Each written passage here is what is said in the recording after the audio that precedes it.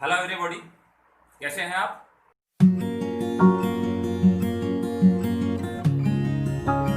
पिछले लेक्चर में हमने जंतु जगत के उप जगत प्रोटोजोआ के बारे में पढ़ा था। आज हम इसी के दूसरे जो उप जगत है मेटाजोआ और मेटाजोआ के अधः जगत पैराजोआ के फाइलम और एकमात्र जो उसका फाइलम है पोरीफेरा पोरीफेरा के बारे में पढ़ेंगे। पोरीफेरा का मतलब ये होता है पोर बियरिंग, यानी ऐसे प्राणी जिसमें बहुत सारे क्या हो छेद हो या छेद धारण करने वाले। सामान्यतः हम इसको जो है पोरीफेरा को किस नाम से जानते हैं, स्पंज के नाम से जानते हो। और स्पंज आपने बच्चों खूब देखे होंगे। स्पंज का मतलब ये हो गया कि जैसे हम अपने गद्दों के अंदर है या गाड़ी मोटरों की सीट के अंदर आपने देखा होगा जो फोम जो होती है, और उस फोम में हम देखते हैं कि बहुत सारे छिद्र होते हैं। तो उन्हीं छिद्रों के आधार पर इसका जो नामकरण जो किया गया है वो क्या किया गया है, पोरीफेरा किया गया है। तो देखो हम इसको किस नाम से जानते हैं, स्पंज के नाम से जानते हैं। और स्पंज जैसे यहाँ पोरीफेरा है वो दो शब्दों से मिलकर के बना है। एक आपके पास में पोर का मतलब हो गया छिद्र, और दूसरा हो गया आपके पास में फियर, यानी धारण किए हुए, धारण किए हुए। तो ये दो शब्दों से मिलकर के बना है पोर और फियर। अब पोर का मतलब क्या होगा, छिद्र, यानी इसको अपन ये कहेंगे पोर बियर, छिद्र धारण किए हुए। और सामान्य रूप से इसको हम क्या कहेंगे, स्पंज के नाम से जानते हैं। तो इसका शाब्दिक अगर हम परिभाषा लेनी चाहे तो परिभाषा क्या होगी, वे जंतु जो किससे युक्त हो, छिद्र युक्त हो। वे जंतु जो छिद्र युक्त हो, और इसके अंदर जो है वो काफी अधिक संख्या के अंदर जो है छिद्र पाए जाते हैं। दो प्रकार के मुख्य रूप से छिद्र होते हैं, एक बड़ा और बहुत सारे छोटे। तो उनके अध्ययन की बातचीत करते हैं। तो अध्ययन सबसे पहले ये कहा जाता है कि अरस्तु ने जो है वो इस संघ का अध्ययन किया था, लेकिन बाद में संघ पोरीफेरा के अंदर होने की वजह से जो इसका जो नामकरण है, नामकरण कौन सा, पोरीफेरा, ये नामकरण देने वाले थे रॉबर्ट, यहां पे देते हैं नामकरण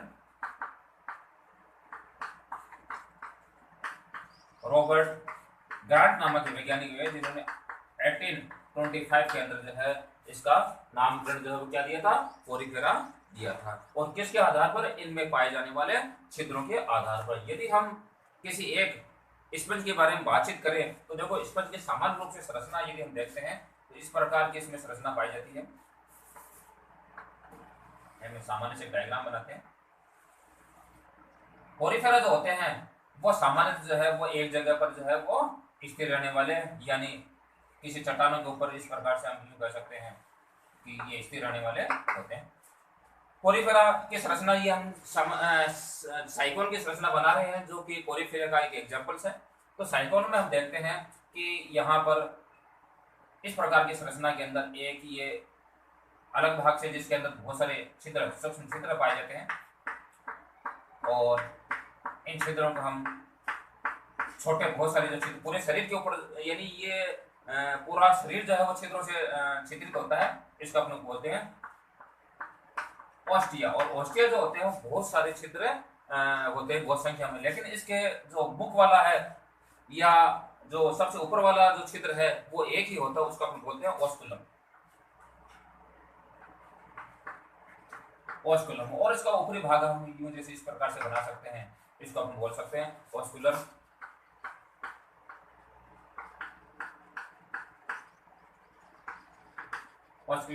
फिंग। इस प्रकार से हम ये कह सकते हैं कि ये ऑस्टिया जो होते हैं बहुत सारे, इस पूरे शरीर पर मैंने बनाया नहीं है क्योंकि मुझे और कुछ संरचना नालतंत्र वगैरह ये बनाना है, लेकिन ये पूरे शरीर पर जो फैला हुआ होता है।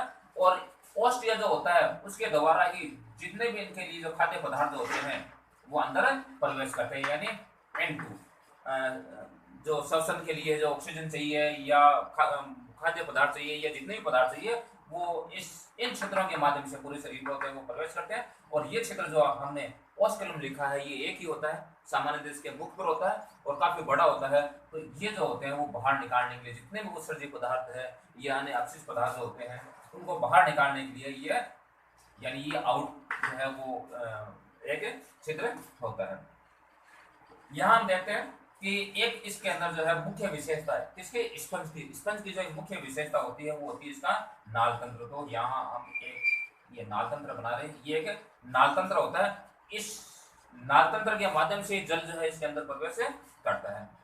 यहाँ नीचे वाले कुछ इसके अंदर ये अमीबीय यानी अमीबा की संरचना की तरह जो है वो कुछ संरचनाएं पाई जाती है इसमें, अलग अलग ये प्रकार की, ये इसको अपन बोलते हैं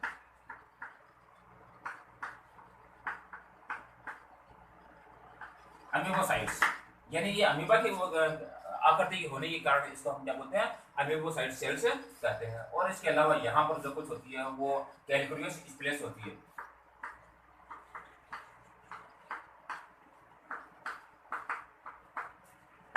ये होती है। यहाँ दो प्रकार के जो सेल्स हमने यहाँ पर ये देख लिए।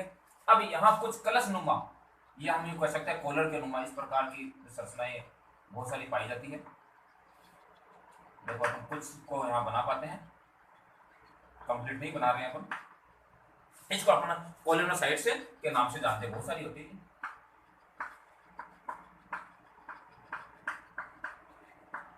कोलिनोसाइट्स, इसको हम कीट कोशिकाओं के नाम से जानते हैं या पोलर कोशिकाओं के नाम से भी जानते हैं। तो ये इस प्रकार से एक साइकिल की संरचना, ये इसका क्या हो गया, बेस हो गया। ये इसकी आकृति जो है वो सिलेंडर नुमा सामान्यतः है, इसलिए इस भाग को हम सिलेंडर भी कहते हैं। तो ये सारी चीज यहाँ पर हो गई कि इस पूरा शरीर जो है वो किस छिद्रित होता है, छेदों के द्वारा छिद्रित होता है। तांत्रिक संरचना बनाए तो इस प्रकार से बनेगी।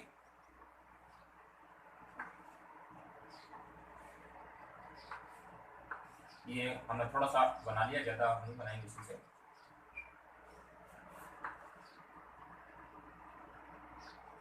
इस प्रकार से इसके अंदर जो है वो बाह्य और आंतरिक भाग, इसके अंदर जो है छोटे छोटे रोमाप की तरह की जो संरचनाएं होती है ये सेल्स पाई जाती है। और ये जो अंदर वाली जो संरचना होगी ये वाली, इसको हम बोलते हैं कैविटी। कौन सी, स्पॉन्जियोसिल कैविटी।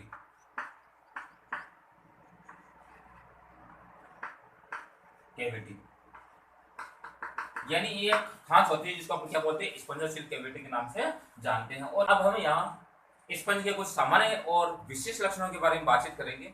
पहली बात तो हम देखते हैं कि स्पंज की लगभग जो है वो 5000 से अधिक जातियां जो अभी तक ज्ञात है। और इसका जो अध्ययन होता है इसको अपन जो है वो पैराजूलॉजी के नाम से जानते हैं। किस नाम से जानते हैं, पैराजूलॉजी के नाम से जानते हैं। यहाँ हम सामान्य लक्षणों की बातचीत करें तो हमने एक एक ये लक्षण यहाँ पर लिख लिया, इसके बारे में यहाँ चर्चा करेंगे। सबसे पहले तो हमने ये देखा था कि सब ये जो है वो आपके पास मेटाजोआ का जो है वो निम्न कैटेगरी का लेकिन बहुकोशिकीय यानी एक से अधिक कोशिका युक्त जो है वो जीव है।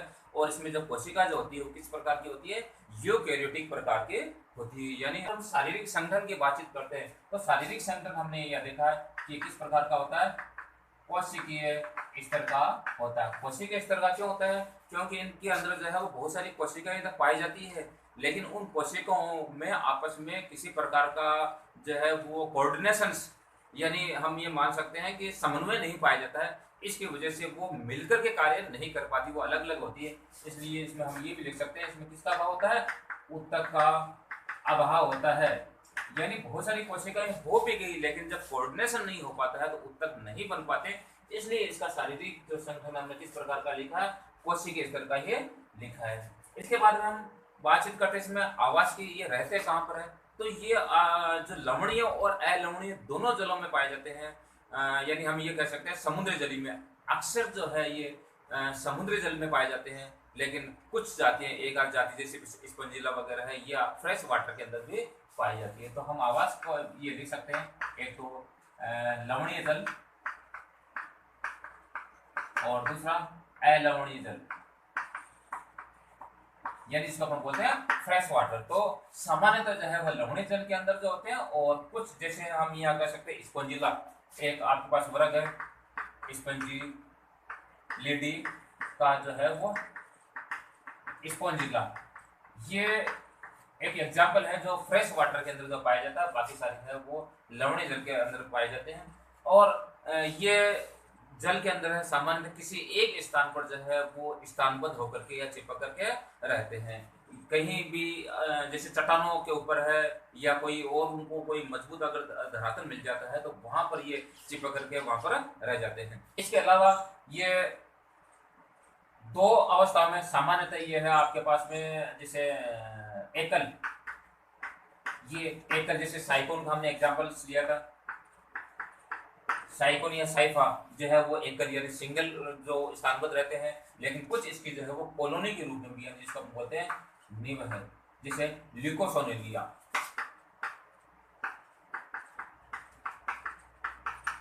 ये निव या कॉलोनी बना करके रहते हैं। नेक्स्ट हम बातचीत करते हैं देह भित्ति यानी बॉडी वॉल। बॉडी वॉल किस प्रकार से पाई जाती है? तो बॉडी वॉल में इसमें दो स्तर, एक आपके पास में एक्टोडर्म और दूसरा आपके पास में है वो एंडोडर्म जो है पाया जाता है। यानी इसकी बॉडी वॉल है वो ब्लास्टिक यानी द्विस्तरीय, हम इसको कर सकते हैं, क्या कर सकते हैं, द्विस्तरीय। और द्विस्तरीय में कौन कौन से हो गए आपके पास में? एक आपके पास में जो बाहरी जो परत हो जाती है उसको हम बोलते हैं एक्टोडर्म, और आंतरिक जो है इसके अंदर एंडोडर्म। जो एक्टोडर्म है उसको हम पिनोकोसाइट्स के नाम से जानते हैं, पिनोकोडर्म और पिनोकोडर्म से पिनोकोसाइट्स।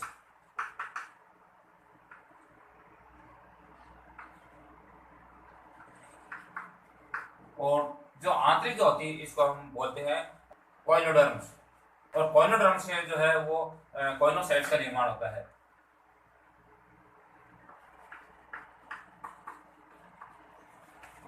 इसको हम जो है कॉलर कोशिका या कीट कोशिका के नाम से भी जानते हैं। और इन दोनों के मध्य के अंदर जो है, इन दोनों के मध्य है एक जेली सदृश पदार्थ। जेली का मतलब कुछ लिक्विड लेकिन अर्ध ठोस लिक्विड, जेली सदृश जो पदार्थ अकोशिकीय पदार्थ भरा रहता है, इसको हम बोलते हैं मेसेनकाइमा।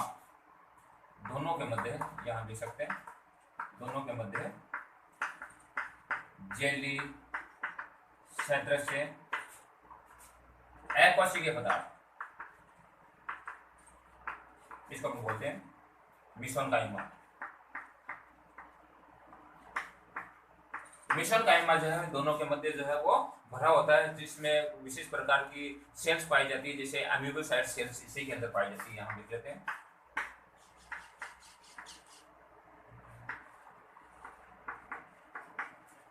अमीबोसाइट सेल्स, जैसे आपके पास में ऑर्गोनॉइड सेल्स है, ऑर्गोनॉइड साइट्स है, जो कि पूर्ण शक्त प्रकार की होती है।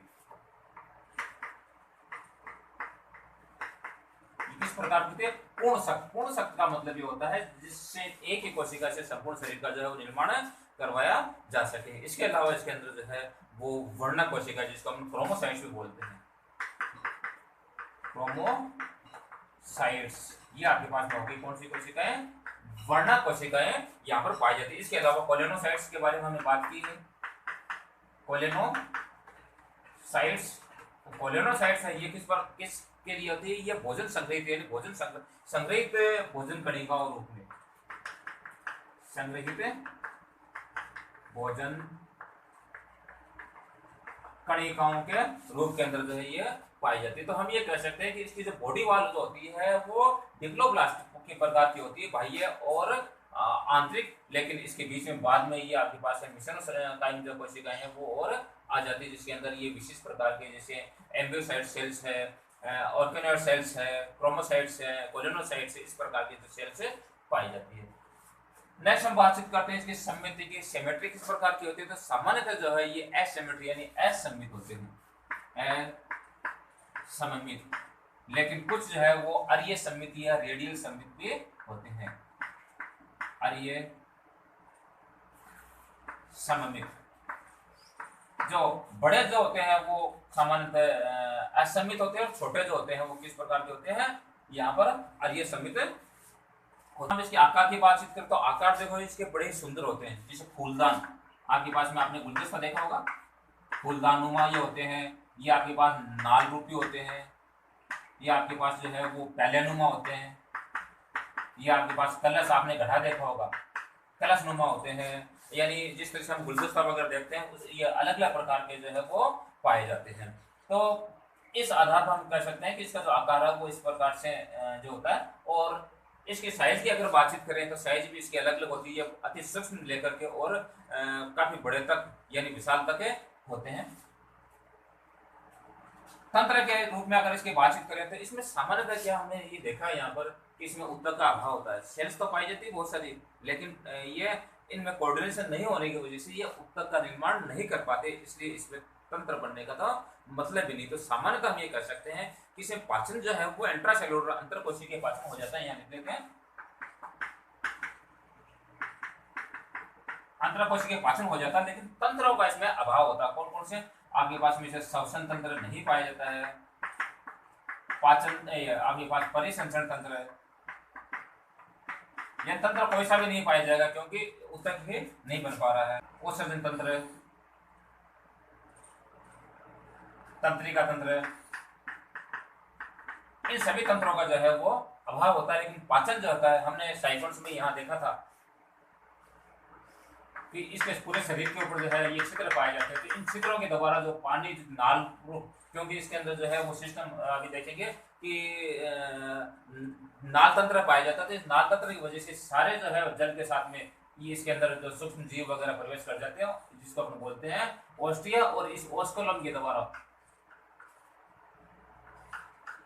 द्वारा जो बाहर ये निकाल दिए जाते हैं। यहाँ हम जनन की बातचीत करते हैं तो जनन इसमें दोनों प्रकार का होता है, लैंगिक व अलैंगिक जनन। लैंगिक जनन जो होता है वो सामान्यतः स्पर्म या ओम के द्वारा होता है, और अलैंगिक जो जनन जो होता है वो सामान्यतः जैसे हमने ये देखा यहाँ पर ये मुकुलन के द्वारा यहाँ पर ये बडिंग बढ़ने लग जाती है और इसके द्वारा अलैंगिक जनन हो जाता है। अलैंगिक जनन जो है उसकी इसको हम आंतरिक मुकुलन भी कहते हैं, जिसको जेम्यूल यानी जेम्यूल सिस्टम के द्वारा इसमें जो है वो अलैंगिक जनन होता है। तो लैंगिक जनन ये आपके पास में स्पर्म या ओवम के द्वारा, और अलैंगिक वो किसके द्वारा बताया हमने, मुकुलन। और मुकुलन जो होता है वो आंतरिक मुकुलन होता है, जिसको अपन क्या बोलते हैं, जेम्यूल। जेम्यूल कहते हैं इसको, जेम्यूल यानी ये आंतरिक प्रकार का मुकुलन होकर के और इसमें जो है वो जनन की प्रक्रिया। सेक्शन की बातचीत करें तो इसके अंदर जो है वो आंतरिक निषेचन होता है, और फिर जो स्पर्म जो होते हैं उनको कहाँ, जल के अंदर जो है वो मुक्त कर दिया जाता है। परिवर्तन की अगर बातचीत करें, इंपॉर्टेंट है परिवर्तन जो है इसके अंदर जो है वो अप्रत्यक्ष, इनडायरेक्ट।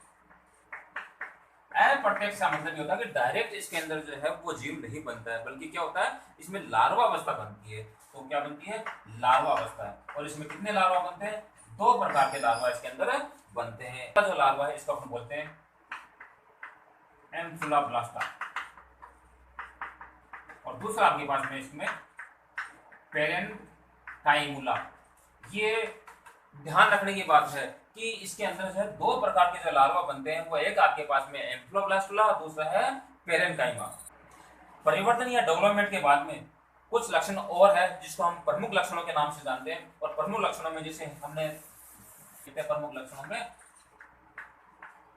पुनरुद्भवन की अपार क्षमता, एक ये इसका प्रमुख लक्षण आ गया। दूसरा हम देखते हैं इसके अंदर जो है वो छिद्र। तो 2 प्रकार के छिद्रों के बारे में हम यहाँ पढ़ लेते हैं। एक आपके पास है ओस्कुलम, जो क्या होता है, एक होता है और बड़ा होता है, और दूसरा आपके पास में ओस्टिया। ये संपूर्ण शरीर पर होते हैं, संपूर्ण शरीर पर, और असंख्य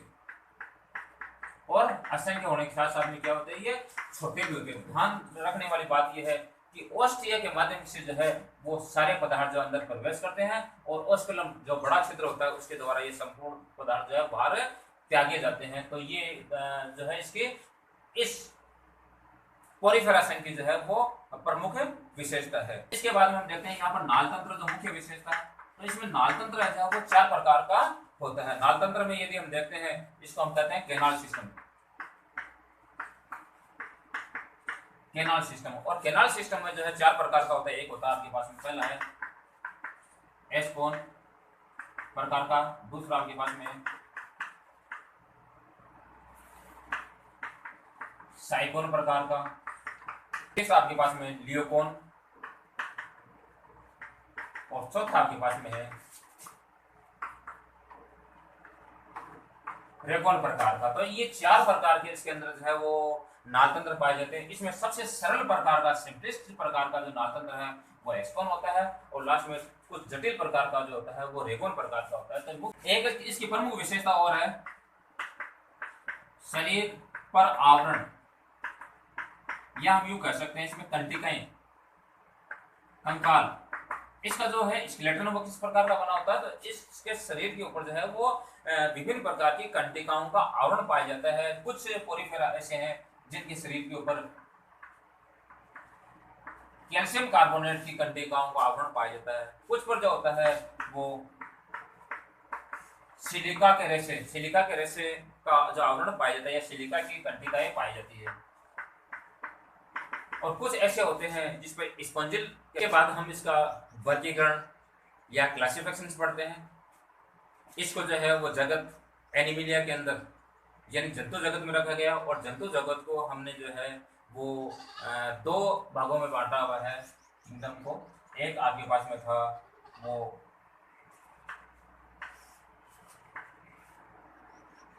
प्रोटोजोआ, और दूसरा आपके पास में मेटाजोआ। और प्रोटोजोआ है, प्रोटोजोआ के अंदर एक ही फाइलम हमने रखा था जो हमने पढ़ लिया है, और इसके बाद में इसका जो है वो फाइलम के रूप में अगर आप देखते हैं तो प्रोटोजोआ को 3 भागों में बांटा गया है। इंफ्रा किंगडम, सबसे पहले आपके पास में मिसोजोआ के बाद में आपके पास में इसमें पेराजोआ, और पेराजोआ के बाद में आपके पास में है तीसरा है यूमेटाजोआ। ठीक है, अब आज जो हम यहाँ पढ़ रहे हैं जो पोरीफेरा है, इसका जो फाइलम है वो कौन सा हो गया, पेराजोआ का,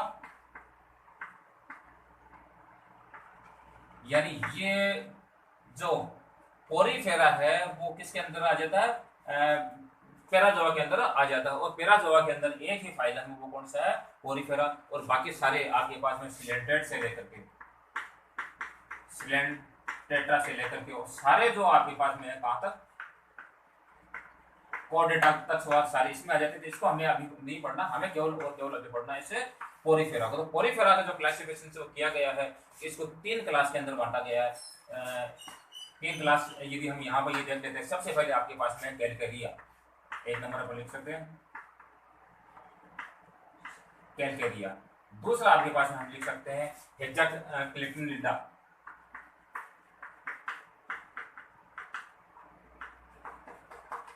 हेक्साक्टिनिडा, और तीसरा जो इसकी क्लास है वो है आपके पास में डिमोस्पेंजी।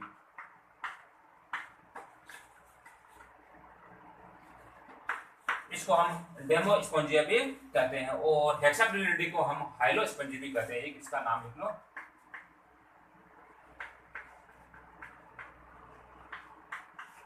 हाइलोस्पोंजी। तो इसको जो है वो 3 जो क्लास के अंदर या 3 वर्गों के अंदर जो बांटा गया है, तो इसमें वर्ग बहुत ज्यादा नहीं है, इसलिए हम इसका जो है यहाँ एक ही बोर्ड पर तुलनात्मक अध्ययन कर लेते हैं। अब ये हम चार्ट में देखेंगे, और उसके सहायता से यदि हम इसका अध्ययन करेंगे तो याद करने में जो काफी आसानी रहेगी। तो पोरीफेरा को हम यहाँ पर उनमें पाए जाने वाले अंतःकंकाल की कंटिकाओं के आधार पर जो है वो 3 वर्गों के अंदर बांटा गया है। जैसा कि हमने चार्ट में बताया था, वर्ग आपके पास में है वह कैलकेरिया हो गया, वर्ग आपके पास में हेक्साक्टिनिडा हो गया जिसको हम हाइलोस्पोंजी भी कहते हैं, और तीसरा आपके पास में है वो है कौन सा, डिमोस्पोंजी। तो ये 3 जो वर्ग है, इन तीनों वर्गों का हम यहाँ तुलनात्मक अध्ययन करेंगे ताकि समझने में कुछ आसान है।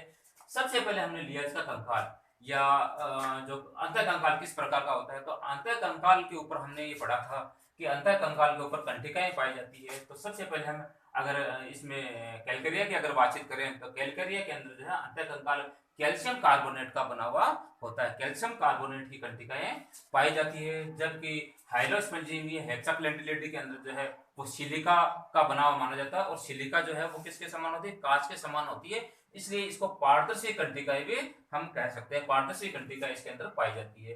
तीसरा आपके पास में डिमोस्पंजी है। डिमोस्पंजी के अंदर जो है कंकाल या तो अनुपस्थित होता है, और या फिर जो पाया भी जाता है तो सिलिका का या स्पॉन्जिल जो तंतुओं का, स्पॉन्जिल तंतु जो है वो विशिष्ट प्रकार के प्रोटीन होते हैं, तो इस स्पॉन्जिल प्रोटीन का बना होता है, इसको अपने स्पॉन्जिया रेशे भी कहा है। तो मुख्य रूप से इसके वर्गीकरण का आधार तो ये हो गया। ये जो है वो आवरण के बारे में जो है कई बार एग्जाम में पूछा जाता है। इसके बाद में इसका कैनाल सिस्टम, कैनाल सिस्टम जो है वो हमने पढ़ा था कि 4 प्रकार का होता है। किस किस प्रकार का, जिसमें एस्कोन है, रेकोन है, ल्यूकोन और आपके पास में रेगोन के बारे में पढ़ा था। तो यहाँ जो कैलकेरिया के अंदर हम देखते हैं तो सिंपल प्रकार का जो है वो पाया जाता है, नाल तंत्र कैनाल सिस्टम पाया जाता है, जिसे एस्कोन या साइकोन प्रकार का इसके अंदर पाया जाता है। दूसरा हम यहाँ बातचीत करें तो इसके अंदर जो है आपके पास में हेक्साक्टिलिटी के अंदर है वो ल्यूकोन प्रकार का, और ल्यूकोन जो है एक जटिल प्रकार का जो है वो कैनाल सिस्टम होता है।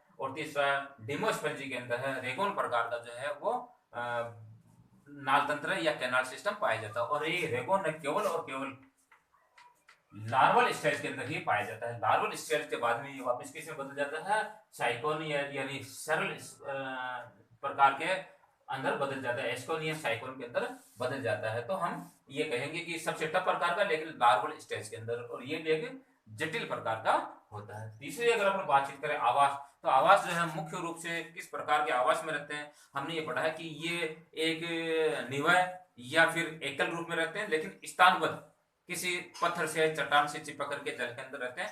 और सामान्यतः ये लवणीय जल के अंदर यानी मेरीन वाटर, समुद्री जल के अंदर पाए जाते हैं, लेकिन एक इसकी जाति स्पॉन्जिला जो है वो फ्रेश वाटर के अंदर भी पाई जाती है। तो यहाँ हम कैलकेरिया की बातचीत करें तो समुद्री यानी लवणीय जल के अंदर हम यहाँ लिख सकते हैं लवणीय जल के अंदर। यह भी आपके पास में हाइड्रोस्पंजी भी है वो लवणीय के अंदर, लेकिन डिमोस्पंजी है वो लवणीय भी हो सकती है। और इसमें एक जो जाति है आपके पास में जो स्पंजिला हमने लिखा, ये फ्रेश वाटर यानी अलवणीय जल के अंदर भी पाए जाते हैं। आकार हम देखते हैं तो ये बहुत ही कैलकेरिया जो होते हैं बहुत ही सूक्ष्म आकार के होते हैं, लगभग 10 से 30 सेंटीमीटर के आसपास। हाइड्रोस्पंजी या हेक्साक्टिलिटी जिसको दोनों ही नामों से जाना जाता है वो 1 मीटर तक, अप टू 1 मीटर तक ये पाए जाते हैं। और डिमोस्पंजी है वो काफी बड़े होते हैं। आकृति यदि हम देखते हैं तो आकृति भी बड़ी ही इनकी सुंदर होती है। कई बार तो कोई दूसरे प्रकार के जो शिकारी जंतु होते हैं वो भी धोखा खा जाते हैं। तो आकृति में देखते हैं कि ये गुलदस्ते, कलश या पहले के समान हमने उसकी बनाई थी अभी साइकोन की संरचना, तो एक घड़े के समान संरचना बनी थी। तो ये गुलदस्ते के समान वो या फिर कलश घड़े के समान या प्याले के समान इसकी संरचना होती है। हाइड्रोस्पंजी की संरचना फूलदान या बेलनाकार यानी सिलेंडरनुमा होती है, और डिमोस्पंजी की जो संरचना है वो फूलदान या प्यालेनुमा होती है। तो ये बहुत ज्यादा अंतर इसमें नहीं है, लेकिन फिर भी कुछ न कुछ अंतर इसमें मिलता है। और इसका जो नाम है हेक्साक्टिलिडा जो पड़ा है वो इसमें कंटिकाओं की संख्या के आधार पर पड़ा है, यानी इसमें कुल कंटिकाओं की संख्या कितनी होती है, 6 होती है। हेक्सा मान 6, तो हेक्साक्टिलिडा इसको इसी वजह से कहा गया है क्योंकि इसमें प्रत्येक में 6 कंटिका पाई जाती है। हमने संरचना बनाई थी इस प्रकार से, ये देखो है ना, इस प्रकार की जो संरचनाएं बनाई थी 1 2 3 4 5 और इस प्रकार की कंटिका इसमें पाई जाती है। हम संकोचनशीलता की बातचीत करें कि ये संकोचनशील होते या नहीं होते, तो देखो जिस पोरिफेरा के ऊपर कठोर आवरण पाया जाता है तो वो कठोर हो जाता है, तो वो संकोचनशीलता नहीं दर्शा पाते हैं। लेकिन यदि कोई जैसे स्पॉन्जिला है उसके ऊपर यदि आवरण का अभाव है, कठोर आवरण नहीं पाया जाता है, तो वो क्या कर सकता है, संकोचनशीलता दर्शा सकता है। तो यहाँ देखिए संकोचनशीलता में कैलकेरिया में जो है कठोर किसका, कैल्शियम कार्बोनेट का आवरण पाया जाता है कंटिका, इसका मतलब इसमें अनुपस्थित होती है। इसमें भी आपके पास में जो है वो सिलिका का आवरण पाया जाता है, इसलिए इसमें भी संकोचनशीलता अनुपस्थित होती है। लेकिन इसमें जो है डिमोस्पंजी के अंदर जिस के अंदर जो है वो ये अनुपस्थित होती है, तो उसके अंदर जो है वो संकोचनशीलता की उपस्थिति पाई जाती है, यानी वो अपने आप में संकोचन कर सकती है। इसके बाद में कंटिकाओं के प्रकार, किस प्रकार की कंटिकाएं पाई जाती है, ये जो हम आवरण की बातचीत करें तो इसमें 1 3 या 4 अरीय कंटिकाएं पाई जाती है कैलकेरिया में। हेक्सागोनल के अंदर जो है वो 6 अरिये यानी 6 भुजाओं युक्त जो है वो कंटिकाएं पाई जाती है। और डिमोस्पर्जिक में हम देखते हैं तो 1 या 4 अरिये जो है वो कंटिकाएं पाई जाती है। हम इसके उदाहरणों की अगर बातचीत करें, उदाहरण कौन कौन से हो सकते हैं, तो उदाहरण में हम ये देख सकते हैं जैसे ल्यूकोसोलनिया है वो कैलकेरिया का उदाहरण हो जाएगा, साइकन है वो भी कैलकेरिया का उदाहरण हो जाएगा, गैडनिया है या ल्यूकोसिला है, ये कुछ एग्जांपल्स है जो इसका प्रतिनिधित्व करते हैं किसका, कैलकेरिया का। इसके बाद में हाइलोस्पंजी या हेक्सागोनलिडा के अंदर जो है इसमें कुछ जो है वो अलग प्रकार के, जैसे एक आपके पास में है यूप्लेक्टेटा, यानी इसको हम बोलते हैं विनस फ्लावर बास्केट्स। ये बहुत ही सुंदर एक गुलदस्ते के समान होता है और ये एक देखो सहजीवन का भी उदाहरण दर्शाता है। किसका उदाहरण है, सहजीवन का, क्योंकि इसके अंदर है एक जीव, नर व मादा जीव, श्रिम्प नामक जो जीव होता है वो क्रस्टेशियन जीव होता है जिसका नाम है श्रिम्प, तो वो इसके अंदर सहजीवन के अंदर इसकी केनाल के अंदर प्रवेश कर जाता है और आजीवन वहीं पर रहता है। इसीलिए जापान में विवाह के उपलक्ष्य में जो है ये उपहार के रूप में दिए सब कि आपके पास में यूप्लेक्टिला जो है या विनस फ्लावर बास्केट है वो उपहार के रूप में दी जाती है। इसीलिए कि उसमें श्रिम्प नामक क्रस्टेशियन जो है वो जिंदगी भर एक साथ साथ रहता है। तो नव दंपति को शुभकामना के स्वरूप जो है जापान के अंदर ये दिया जाता है। दूसरा आपके पास में हाइलोनिमा, हाइलोनिमा को हम बोलते हैं ग्लास रोप स्पंज, यानी ये ग्लास रोप स्पंज होता है। नेक्स्ट अगर अपन बोलते हैं तो पेरोनीमा, इसको भी हम क्या बोलते हैं, ग्लास नुमा, ये स्पंज के नाम से जानते हैं। और इसके हम देखते हैं कि इसके अंदर जो है वो लार्वा अवस्था जो है बनती, लार्वा अवस्था इसमें भी बनती है, पेरेंकाइमुला बनती है और इसके अंदर भी बनती है।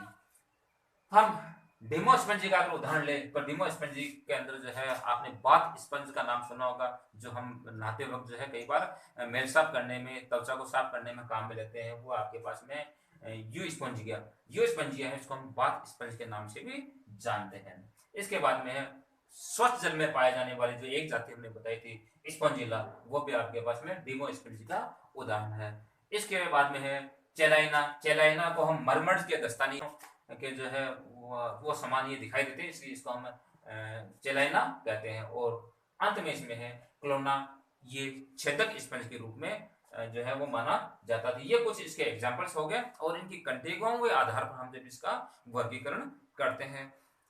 सबसे अंत में हम इसका पढ़ते हैं इकोनॉमिकल इंपॉर्टेंस, यानी आर्थिक महत्व क्या है। तो आर्थिक महत्व को हम संक्षिप्त में ले लेते हैं। एक तो ये क्या होते हैं, सुरक्षा के रूप में, सुरक्षा के रूप में इसीलिए क्योंकि इसका जो आवरण होता है, बड़े स्पंज होते हैं वो क्या होता है, कठोर होता है, तो इसके अंदर कई प्रकार के जो जीव है वो अंदर प्रवेश कर जाते हैं। जैसे अभी इसमें हमने देखा था श्रिम्प क्रस्टेशियन का उदाहरण हमने पढ़ा था इसमें हाइलोस्पंजी में, तो वो उसके अंदर चले जाते हैं तो दूसरे जीव उनको खा नहीं पाते। इसके अलावा और जैसे हर्मिट केकड़े का नाम हमने सुना है, या और भी कई स्पंज जो कुछ क्रस्टेशियन जीव वगैरह जो होते हैं वो इनके नाल तंत्र के माध्यम से इसके अंदर प्रवेश कर जाते हैं और ये वैसे भी ऊपर से देखने पर जो है वो विशेष प्रकार के रासायनिक पदार्थों का स्राव करते हैं, इसलिए दूसरे जीव इनको खाते नहीं है और इनके अंदर उपस्थित जो अन्य क्रस्टेशियंस या छोटे जीव हैं वो जो है अपना जीवन बचा पाते हैं, ये अपने आप को सुरक्षित रख पाते हैं। नेक्स्ट इसका जो इम्पोर्टेंस है बाथ स्पंज के रूप में, यानी शरीर का जो है त्वचा का मेल साफ करने में स्पंजिया का जो हम उपयोग करते हैं। इसके अलावा जो इसका जो ऊपरी आवरण होता है वो काफी चमकीला होता है, जैसे हमने सिलिका या पारदर्शी में देखा था, तो उसको साफ करके हम सजावट के रूप में भी जो घरों में काम में लेते हैं। स्पंज उद्योग के रूप में भी समुद्र किनारे जो लोग रहते हैं वो बहुत सारे स्पंज को निकाल कर उनको साफ करते हैं और साफ करके उनसे बहुत सारी कीमती और सुंदर वस्तुएं बनाते हैं जो कि सजावट के रूप में काम में आते हैं। जैसे स्पंज फिशिंग को के नाम से उसको जाना जाता है।